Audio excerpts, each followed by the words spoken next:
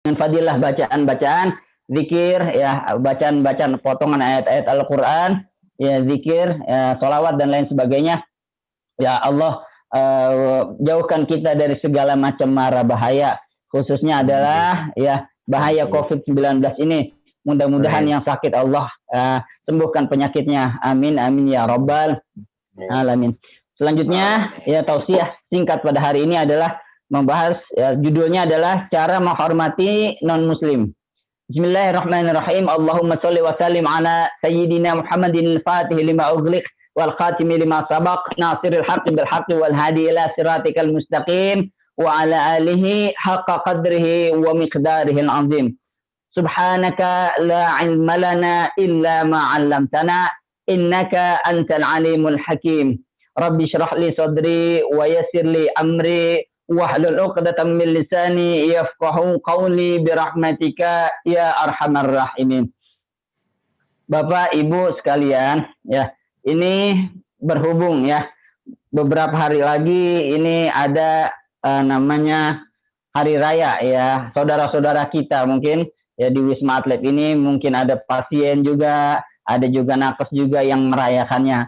Maka perlu kita bahas tentang cara menghormati non-muslim. Di dalam Islam, ya, ada namanya ukhuwah basyariyah. Ya, namanya ukhuwah persaudaraan sesama umat manusia. Ya, sebagaimana firman Allah Subhanahu wa taala di dalam Al-Qur'an surah Al-Isra, "Wa laqad karramna bani Adama wa hamalnahum fil barri wal bahri wa razaqnahum minat thayyibat wa faddalnahum ala katsirin mimman khalaqna tafdila." Ya, itu Al-Isra ayat 70. Wa laqad karramna bani Adam, kata Allah Subhanahu wa taala, dan sungguh kami telah muliakan, kami telah membuat itu manusia menjadi mulia. Kami muliakan bani Adam, wa hamalnahum, ya, dan kami letakkan mereka fil barri wal bahr, ya, di untuk hidup di daratan dan di lautan, warazaqnahum, dan kami berikan mereka rizki minat thayyibati, yaitu berupa makanan-makanan yang baik, wa fadhalnahum, dan kami berikan kelebihan, keutamaan, wa fadhalnahum ala katsirin mimman khalaqna, ya, daripada makhluk-makhluk lain yang kami ciptakan tafdila, dengan beberapa kelebihan-kelebihan. Subhanallah walhamdulillah wallahu akbar. Ini adalah, ya, ayat ini menjelaskan tentang betapa mulianya Bani Adam, betapa Allah Subhanahu wa taala menciptakan manusia dengan begitu mulia. Allah sendiri yang bilang, walaqad karramna Bani Adam, dan sungguh kami telah muliakan Bani Adam dibandingkan ketimbang dengan makhluk-makhluk yang lain. Allah ciptakan kita sebagai khalifah di bumi. Ya, Allah ciptakan manusia untuk, ya, mengurus segala macam urusan-urusan dunia, ya. Sebab kalau dikasih kepada makhluk yang lain pasti bisa hancur, ya. Dikasih urusan ini kepada jin dan bangsa lain sebagainya, mereka menumpahkan darah, mereka membuat kerusakan. Ini lebih hancur. Maka Allah Subhanahu wa taala menjadikan manusia dengan apa? Dengan kelebihannya, yaitu dengan akalnya, dengan ilmu yang Allah berikan kepadanya untuk menjadi khalifah di bumi. Ini yang dimaksud bukanlah orang muslim, ya, bukanlah dimaksud orang dengan agama tertentu, ras tertentu, suku tertentu. Tetapi Allah bilang Bani Adam. Yang namanya Bani Adam itu seluruh umat manusia tanpa terkecuali. Bukan hanya muslim tetapi non-muslim.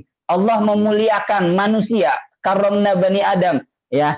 Hal yang bisa kita petik di sini adalah bahwasanya Allah Subhanahu wa taala saja memuliakan manusia.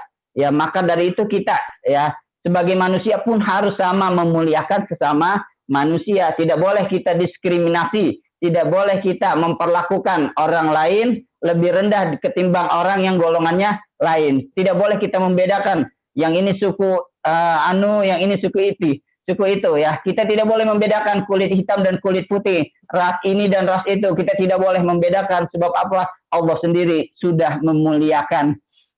Itu hal yang bisa kita petik. Oleh karena itu, ya, perbedaan agama, perbedaan suku, bangsa, dan lain sebagainya, ya, tidaklah menjadikan alasan kita untuk berlaku tidak adil, ya, membeda-bedakan, ya, sesama umat manusia. Itulah dalilnya. Selanjutnya ada juga ayat larangan tentang bagaimana kita berlaku adil dan berlaku baik kepada sesama manusia. Kita tidak boleh membunuh yang menyakiti manusia yang lainnya, yaitu tertuang di dalam firman Allah surat Al-An'am ayat 151. A'udzubillahi minasyaitonirrajim. Bismillahirrahmanirrahim. Wala taqtulun nafsal lati haramallahu illa bil haqq. Kata Allah, wala taqtulu, dan janganlah kalian membunuh. Janganlah kalian membunuh an-nafsa, yaitu jiwa atau seseorang, allati haramallah, yang Allah telah haramkan, illa bil haq, kecuali dengan benar, kecuali dengan alasan-alasan yang dibenarkan oleh Allah Subhanahu wa taala. Di sini disebutkan adalah wala taqtulu nafsa, yaitu janganlah kalian membunuh jiwa, ya. Al-Imam Al-Qurtubi di dalam tafsirnya menjelaskan hadhil ayah nahyun ala qatlin nafsil muharram, yaitu ayat ini menjelaskan tentang larangan untuk membunuh ya jiwa yang diharamkan oleh Allah Subhanahu wa taala, mukminatan kana au muahidatan, yaitu baik itu orangnya mukmin ataupun orang yang non muslim, baik itu muslim ataupun non muslim. Muahidah itu adalah orang kafir, orang yang non muslim, tetapi dijamin oleh negara, tetapi mereka patuh dan tunduk oleh hukum-hukum negara. Sebagaimana dulu Rasulullah ketika di Madinah, ya itu ada muahid. Muahid itu artinya orang-orang yang sepakat dengan perjanjian, mereka menaati undang-undang. Ini kalau ada warga negara yang taat dengan undang-undang, mereka hidup bersama, itu nggak boleh diperangi. Di dalam Islam itu namanya kafir muahid. Ya, orang kafir yang setuju dengan perjanjian, setuju dengan undang-undang yang dibikin. Ya, itu sebagaimana kita di Indonesia ini, kita hidup bersama dalam satu naungan undang-undang yang sama, maka itu bisa dikatakan kafir muahid. Itu adalah orang kafir yang kita tidak boleh perangi, kita tidak boleh bunuh. Imam Al-Qurtubi menjelaskan ayat ini adalah mencakup orang yang mukmin dan orang yang non mukmin, yang muahid, ya. Illa bil haq, kecuali dengan hak, dengan alasan-alasan yang benar. Alladzi yujab qatlaha, yang misalnya boleh dibunuh, ya. Misalnya apabila qisas dan lain sebagainya. Dan lain sebagainya. Ya, artinya kalau orang itu tidak ada keperluan, tidak ada salah, tidak menyakiti dan lain sebagainya, tidak memerangi umat Islam, maka itu kita tidak boleh memerangi sebagaimana ayat tersebut yang dimaksud. Ya, ayat ini berlaku umum. Kita tidak boleh menyakiti, memerangi orang yang non-muslim, ya, baik itu muslim ataupun non-muslim. Selanjutnya adalah dari Sayyidina Abu Bakar an Abi Bakrin radhiyallahu anhu qala Rasulullah sallallahu alaihi wasallam, man qatala muahidan fi ghairi kunhihi haramullahu alaihi jannah. Barang siapa yang membunuh, ya, man qatala muahidan, barang siapa yang membunuh orang kafir muahid, ya, fi kunhi, ya, fi ghairi kunhi, tanpa alasan yang benar, haramallahu alaihi jannah, maka Allah mengharamkan atasnya surga. Masya Allah, ini adalah larangan, ya, yang sejalan dengan ayat Al-An'am ayat 151, bahwasanya orang, ya, non muslim juga harus kita perlakukan dengan baik, juga harus kita lakukan dengan sama seperti sebagaimana manusia yang lain. Ini adalah ajaran Islam, yaitu memanusiakan manusia, memuliakan sesama manusia, tidak ada diskriminasi dan lain sebagainya. Selanjutnya ada juga ayat Allah Subhanahu wa taala di dalam surah Yunus ayat 99. Allah Subhanahu wa taala berfirman, walau syaa rabbuka la'amana man fil ardi kulluhum jami'a afa anta tukrihun nasa hatta yakunu. Ya, ini adalah ayat yang menjelaskan tentang bagaimana perbedaan itu merupakan fitrah, bagaimana perbedaan itu adalah suatu keniscayaan. Kata Allah Subhanahu wa taala walau syaa, dan apabila Allah Subhanahu wa taala berkehendak, walau syaa rabbuka, seandainya Tuhan kamu berkehendak, la amana man fil ardi kulluhum jami'a, pasti Allah Subhanahu wa taala akan membuat seluruh dunia ini beriman.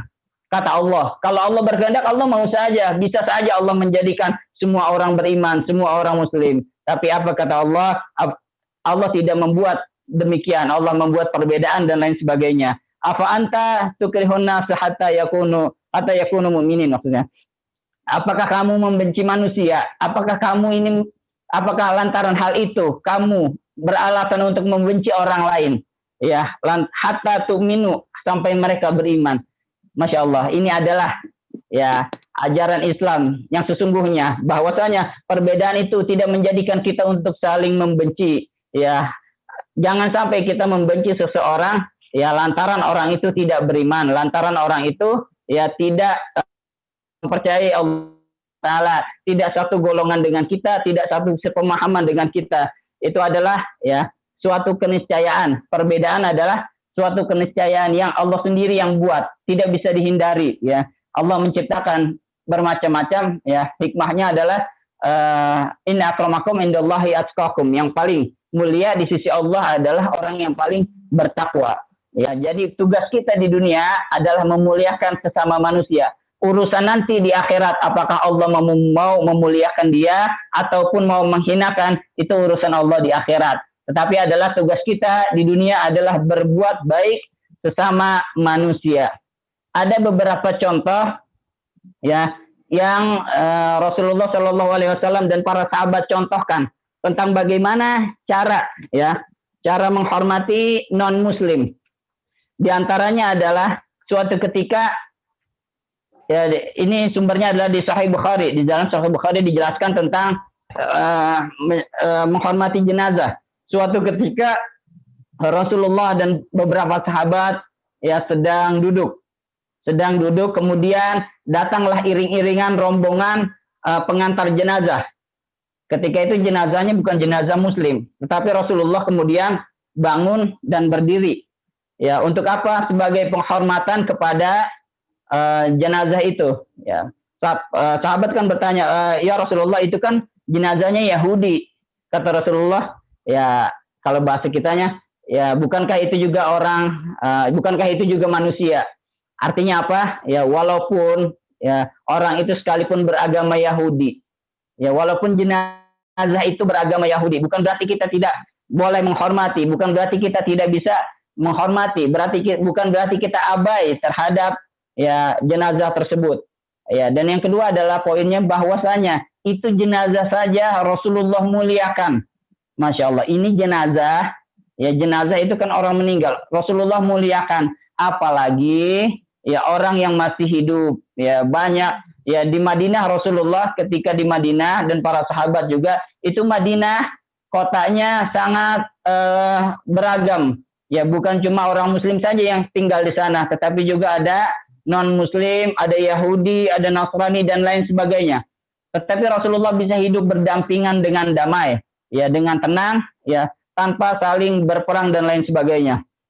Yang kedua adalah suatu ketika Sayyidina Ali. Ini cara yang bagus, ini boleh ditiru. Sayyidina Ali ketika itu subuh-subuh pengen berangkat ke masjid. Ini di salah satu kota di daerah Madinah. Suatu ketika Sayyidina Ali berjalan ingin ke masjid. Ya, kemudian di depannya itu, ya beliau ini berjalan di katakanlah suatu gang yang sempit, yang kira-kira muatnya cuma satu orang. Ya, jalannya itu lebarnya kira-kira cuma satu orang. Kemudian di depan beliau ada seorang kakek Yahudi. Itu kakek tua, jalannya lama.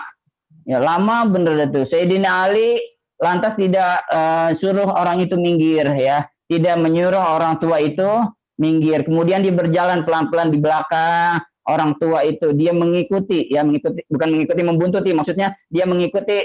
Kalau orang tua itu lama, dia tunggu sampai benar-benar orang tua itu belok ke jalan yang lain. Kemudian beliau baru sampai jalan ke masjid tanpa harus merusak, tanpa harus menyakiti hati orang tua itu.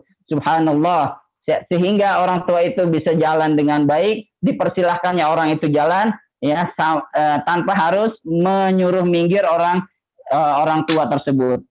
Poinnya adalah ya bahwasanya kita, ya kalau misalnya kita melakukan ibadah, kita melakukan hal-hal tentang keislaman, maka jangan sampai hal-hal itu menabrak, jangan sampai hal-hal itu menyingkirkan orang-orang yang non muslim. Ya, Sayyidina Ali saja mau sholat. Sholat itu kan urusannya keagamaan, tapi dia tidak mau menyuruh orang lain menyingkir ya, tetapi dia mementingkan, mendahulukan kepentingan orang lain yang non muslim. Ya, ini kan kalau di zaman kita kadang-kadang orang-orang salah. Mentang-mentang mau ngaji, mentang-mentang mau talim, ya rombongannya, iring-iringannya semua dikawal, semua orang suruh minggir. Naudzubillahi min dzalik. Harusnya adalah kita menghormati pengguna jalan yang lain, kita menghormati orang yang lain, mendahulukan orang tua misalnya. Ini adalah cara menghormati orang yang non muslim. Kita menghormati sebagaimana hormatnya kita kepada orang tua yang lain. Kita hormati mereka sebagaimana hormatnya anak-anak kepada orang tua. Kita hormati beliau sebagai manusia. Kita intinya adalah memanusiakan manusia. Sebetulnya ada lagi panjang yang ingin saya bahas, tapi mohon maaf karena kurangnya waktu yang sangat terbatas. Saya cukupkan sampai di sini. Mudah-mudahan besok kita bisa membahas yang lebih panjang lagi. Kurang lebihnya mohon maaf. Marilah kita tutup majelis ini dengan pembacaan kafaratul majelis. Subhanakallahumma wa bihamdika asyhadu an la ilaha illa anta astaghfiruka wa atubu ilaik. Wassalamualaikum warahmatullahi